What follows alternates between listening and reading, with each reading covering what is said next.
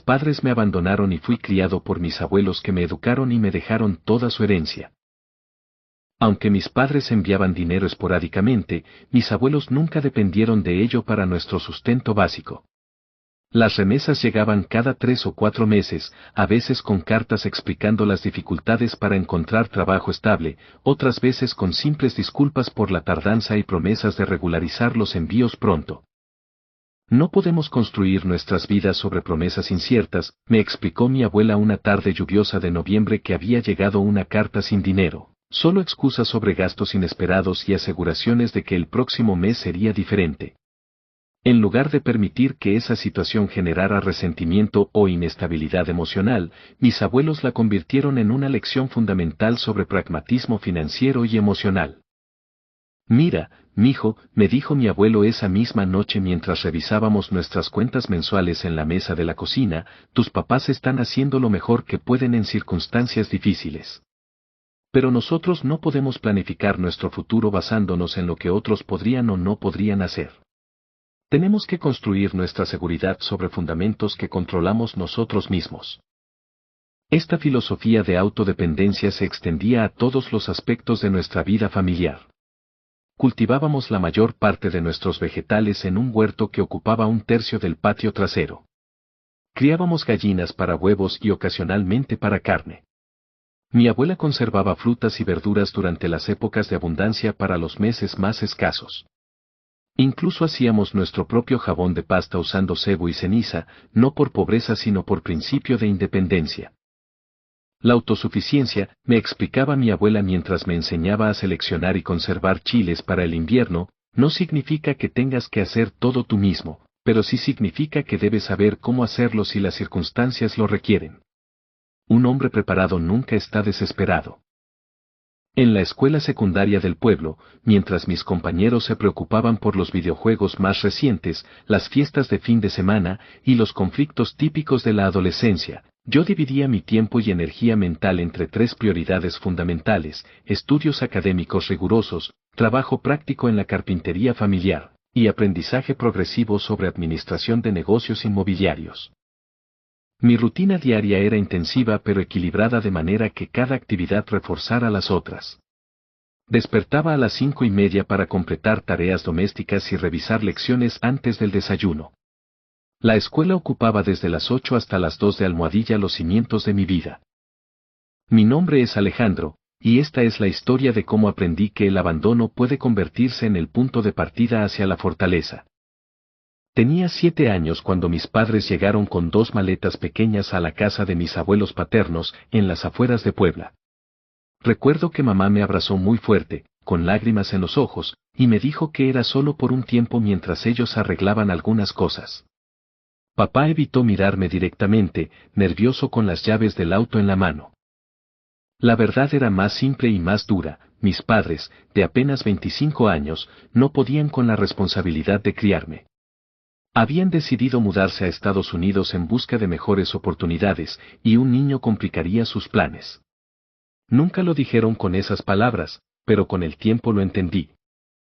Esa tarde, viendo su auto desaparecer por el camino de tierra, mi abuela Elena se acercó y puso su mano callosa en mi hombro. «Mijo», me dijo con su voz serena, «a veces la vida nos pone donde más necesitamos estar». Mi abuelo Ricardo, un hombre de pocas palabras pero gestos seguros, simplemente asintió y me preguntó si quería ayudarle a revisar las gallinas. Los primeros meses fueron difíciles. Esperaba cada día que mis padres regresaran, especialmente cuando veía a otros niños con sus familias completas. Mis abuelos nunca hablaron mal de ellos, pero tampoco me llenaron de falsas esperanzas.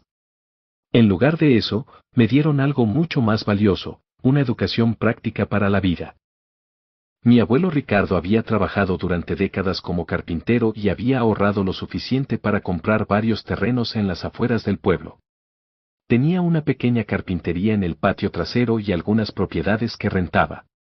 Desde los 8 años, comencé a acompañarlo en sus rondas para cobrar rentas y supervisar reparaciones.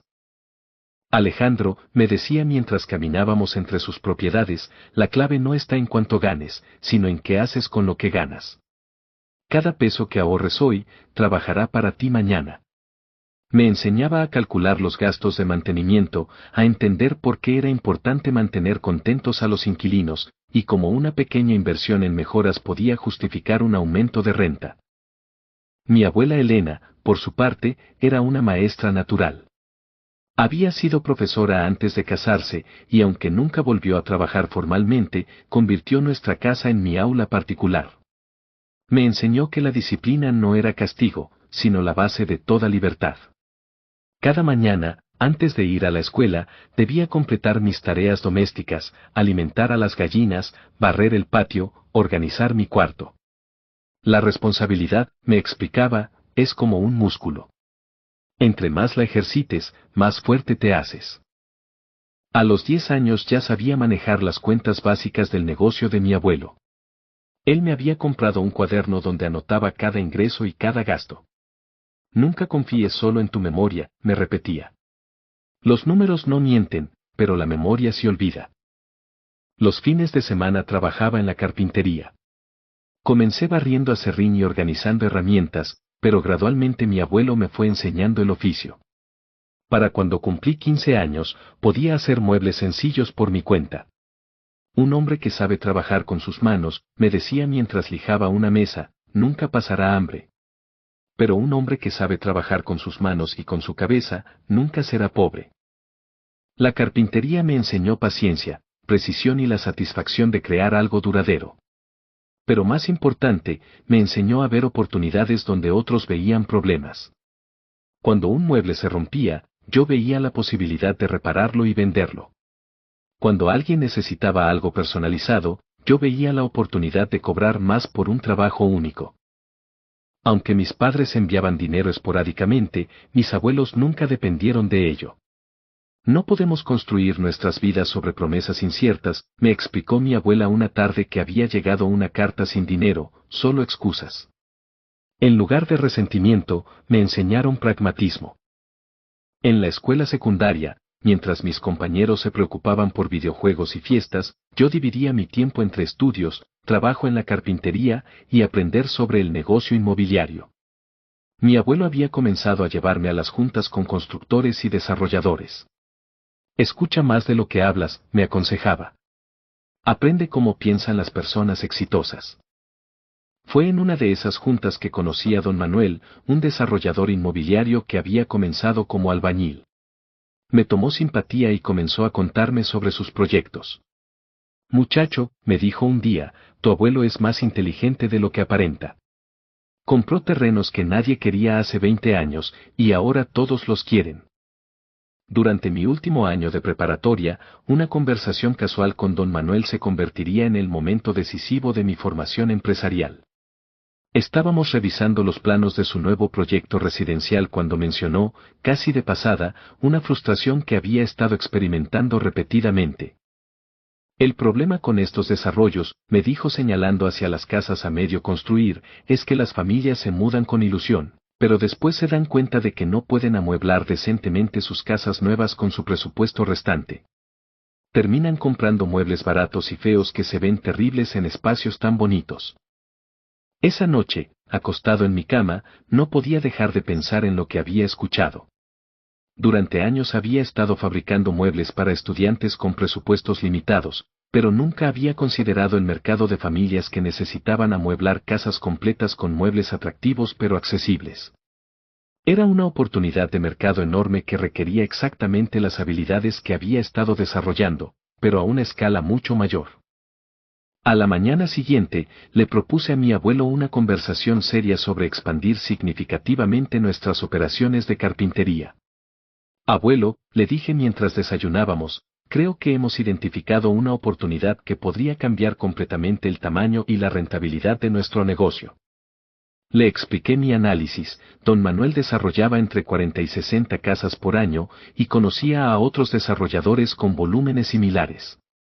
Si pudiéramos ofrecer paquetes completos de muebles básicos pero atractivos para casa nueva, sala, comedor, recámaras principales, a precios significativamente menores que las mueblería tradicionales, podríamos capturar una porción sustancial de ese mercado. Es una idea ambiciosa, me respondió mi abuelo después de considerar mi propuesta, pero requeriría inversión considerable en equipo, espacio de trabajo y probablemente empleados adicionales. No es algo que podamos hacer como experimento pequeño. Pasé las siguientes 4 semanas desarrollando un plan de negocios completo que incluía investigación detallada de mercado, análisis financiero exhaustivo, proyecciones de ventas conservadoras, y estrategia de implementación gradual. Visité showrooms de muebles en la ciudad capital para entender precios y estilos populares. Hablé con carpinteros experimentados sobre técnicas de producción eficiente para volúmenes mayores. Descubrí que podríamos fabricar paquetes completos de muebles básicos por aproximadamente 60% del costo de productos similares en tiendas establecidas, manteniendo márgenes de ganancias saludables mientras ofrecíamos precios atractivos para familias con presupuestos ajustados. Mi propuesta incluía la construcción de un taller más grande en terreno que ya poseíamos, la compra de maquinaria más eficiente para producción en volumen, y la contratación inicial de 3 carpinteros experimentados más 2 ayudantes. La inversión total sería significativa, pero calculé que se recuperaría completamente en menos de 2 años si conseguíamos contratos con solo 2 desarrolladores locales. Alejandro, me dijo mi abuelo después de revisar exhaustivamente mi análisis, esto ya no es una expansión de nuestro negocio actual. Es un negocio completamente diferente que requiere habilidades y recursos que no hemos probado antes. Tenía razón, y yo lo sabía. Pero también sabía que era exactamente el tipo de oportunidad que podría transformar nuestra situación económica familiar de manera permanente.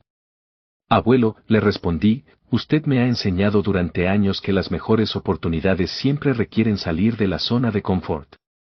Si esperamos hasta sentirnos completamente preparados, alguien más habrá capturado la oportunidad.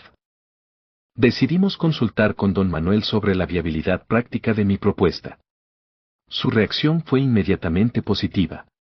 Muchacho, me dijo después de revisar mis cálculos, si realmente puedes entregar muebles de calidad decente a esos precios, yo te garantizo contratos para por lo menos 30 casas en mis próximos 2 proyectos. Y conozco otros desarrolladores que estarían igualmente interesados. Esa garantía informal pero respaldada por la reputación sólida de don Manuel fue suficiente para convencer a mi abuelo de proceder con el proyecto. Solicitamos un préstamo del banco local usando nuestras propiedades como colateral, contratamos a un contador para establecer la nueva estructura empresarial correctamente y comenzamos la construcción del taller expandido. A los 17 años, durante la construcción de nuestro nuevo taller, mi abuelo sufrió un infarto cardíaco leve mientras supervisaba la instalación de maquinaria pesada. No fue una emergencia que amenazara su vida, pero sí fue suficiente para que su médico recomendara reducción significativa del estrés físico y mental durante los siguientes meses de recuperación. Esta crisis de salud familiar coincidió exactamente con el momento cuando nuestra expansión empresarial más ambiciosa requería supervisión constante y toma de decisiones diarias críticas. De repente, me encontré no solo administrando un negocio establecido, sino liderando la implementación de una transformación empresarial completa mientras cuidaba la salud de mi abuelo y mantenía mis responsabilidades académicas finales. Alejandro, me dijo mi abuelo desde su cama de hospital la segunda noche de su internamiento, parece que la vida ha decidido acelerar tu educación empresarial más de lo que habíamos planeado. Durante las siguientes 8 semanas de su recuperación gradual, asumí responsabilidades que normalmente habrían tomado años en desarrollar bajo su supervisión directa. Coordinaba con contratistas para completar la construcción del taller expandido. Supervisaba la instalación y calibración de nueva maquinaria. Contrataba y entrenaba a nuevos empleados. Negociaba contratos de suministro para volúmenes mayores de madera y otros materiales. Pero más desafiante que las tareas operacionales era la responsabilidad psicológica de tomar decisiones que afectarían el futuro financiero de toda nuestra familia. Cada elección sobre especificaciones de equipo, términos de contratos laborales o precios para clientes tenía consecuencias que se extenderían durante años. No podía simplemente seguir instrucciones, tenía que evaluar opciones complejas y tomar decisiones independientes con información incompleta. Mi abuela Elena se convirtió durante este periodo en mi consejera principal y mi sistema de apoyo emocional más importante. Aunque nunca había manejado directamente las operaciones de construcción o manufactura, su experiencia en administración general y su capacidad para evaluar riesgos se volvieron invaluables. Mijo, me decía durante nuestras conversaciones nocturnas en la mesa de la cocina, mientras revisábamos decisiones del día y planificábamos el siguiente, recuerda que no tienes que ser perfecto. Solo tienes que ser cuidadoso, honesto y dispuesto a aprender de tus errores rápidamente. Fue durante este periodo de liderazgo forzado que desarrollé confianza genuina en mis capacidades empresariales. Cuando me enfrentaba a problemas que no sabía cómo resolver, había aprendido a buscar consejos de expertos, pero también a confiar en mi propio análisis e intuición para decisiones finales. Cuando cometía errores, había aprendido a reconocerlos rápidamente, corregir el rumbo eficientemente y extraer lecciones para situaciones futuras similares. El primer pedido mayor llegó 6 semanas después del infarto de mi abuelo. Don Manuel necesitaba muebles completos para 25 casas que serían entregadas a sus compradores en 2 meses. Era exactamente la oportunidad que habíamos estado preparándonos para capturar, pero también una prueba definitiva de si nuestras nuevas capacidades operacionales funcionarían bajo presión real. Alejandro, me dijo don Manuel cuando firmamos el contrato, este pedido te va a enseñar más sobre administración de producción en 2 meses de lo que podrías aprender en 2 años de crecimiento gradual. Tenía razón completamente. Coordinar la fabricación simultánea de 125 piezas de mobiliario diferentes, cada una con especificaciones precisas y fechas de entrega no negociables, requería niveles de planificación y ejecución que nunca había experimentado. Tuve que crear sistemas de control de calidad, horarios de producción detallados y protocolos de comunicación entre diferentes equipos de trabajadores. Más importante, tuve que aprender rápidamente a delegar responsabilidades efectivamente mientras mantenía supervisión general. No podía estar personalmente involucrado en cada decisión menor, pero necesitaba asegurarme de que cada empleado entendiera claramente los estándares de calidad y cronogramas de entrega. Completamos el pedido de don Manuel 3 días antes de la fecha límite, con calidad que superó sus expectativas y costo final que mantuvo nuestros márgenes de ganancia proyectados. Pero más significativo que el éxito del proyecto fue la confianza que desarrollé durante el proceso, la certeza de que podía manejar proyectos empresariales complejos y liderar equipos hacia resultados exitosos. El negocio de muebles para estudiantes fue un éxito moderado, pero más importante, fue mi primera lección real sobre cómo escalar un negocio. Comenzamos vendiendo a los inquilinos de nuestras propiedades, luego a sus amigos, después conseguimos un pequeño espacio en el mercado local los fines de semana. Para mi último año de preparatoria, había ahorrado suficiente dinero para comprar mi primer terreno pequeño, con la guía y el aval de mi abuelo. No es el tamaño del primer paso lo que importa, me dijo el día que firmamos los papeles, sino la dirección hacia donde caminas. Decidí estudiar administración de empresas en la universidad estatal, pero con un plan claro, aplicar inmediatamente todo lo que aprendiera en nuestros negocios familiares. Durante los primeros 2 años, viajaba diariamente desde casa. Los fines de semana trabajaba en la carpintería y ayudaba con las propiedades. En tercer año de universidad, propuse a mi abuelo una expansión significativa, convertir algunos de nuestros terrenos en fraccionamientos pequeños para familias jóvenes.